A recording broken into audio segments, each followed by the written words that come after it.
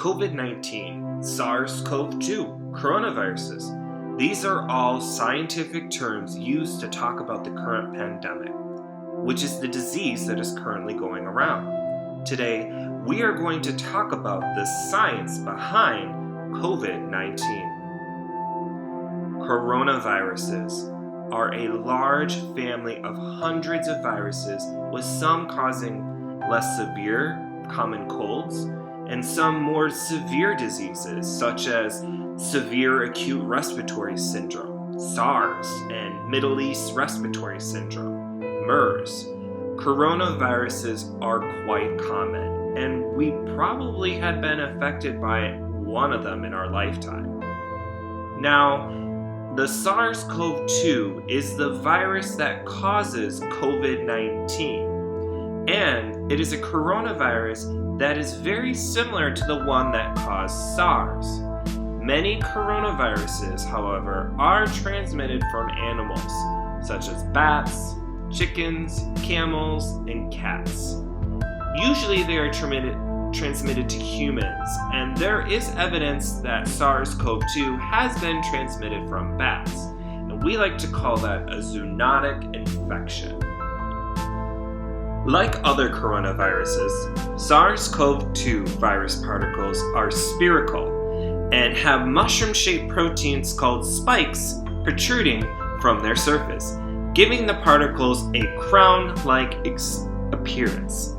The spike binds and fuses to human cells, allowing the virus to gain entry.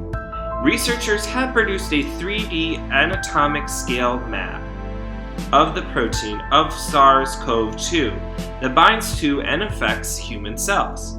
Knowing the structure of the spike protein will, in turn, allow science to develop vaccines and antivirals against the virus and even better diagnostics.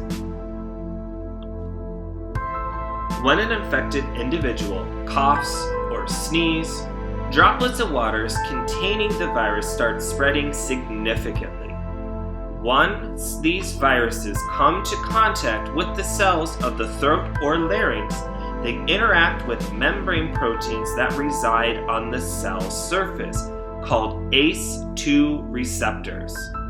Once they interact, they will lock in where they finally release their genetic material into our cells. Once inside the poor cells, they hijacked our own cells' replication machinery to make more viral genetic material, resulting in more viral production. They will make many copies of themselves, which results in our cells bursting.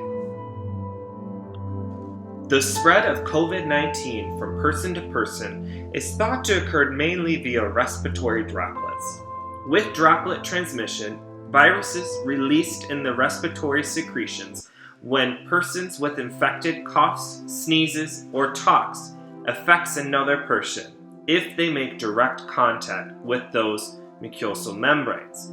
Infection can also occur if a person touches an infected surface and then touches his or her eyes, nose, or mouth. Droplets typically do not travel more than 6 feet, about 2 meters, and do not linger in the air, although one letter to the editor of this research described a study in which SARS-CoV-2 remained viable in experimentally generated aerosols for at least 3 hours. Given the current uncertainty regarding transmission mechanisms, airborne precautions are recommended in certain situations. How does the virus cause death? There are 2 ways this virus is deadly. Once the virus moves down the respiratory tract, it reaches the lungs.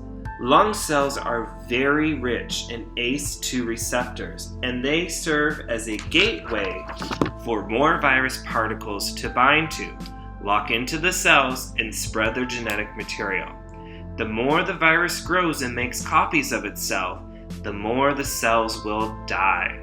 This will result in the lungs being congested by the debris of these cells.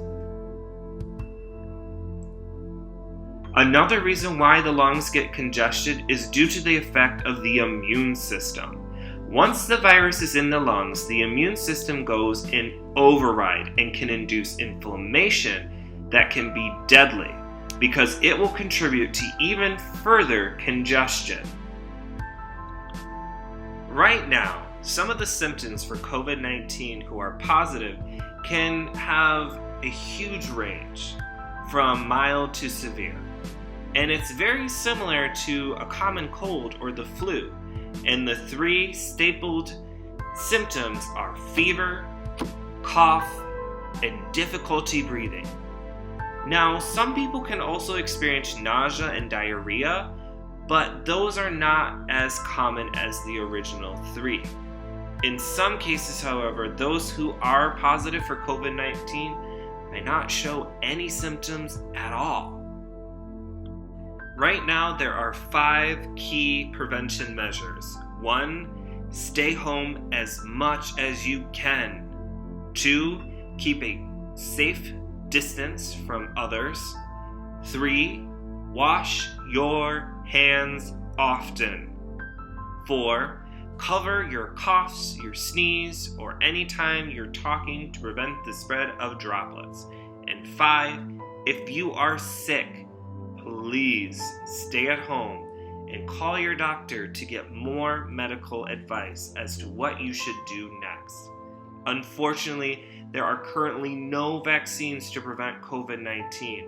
The only way to protect yourself and others is to follow those measures, and hopefully we can prevent the spread of this virus.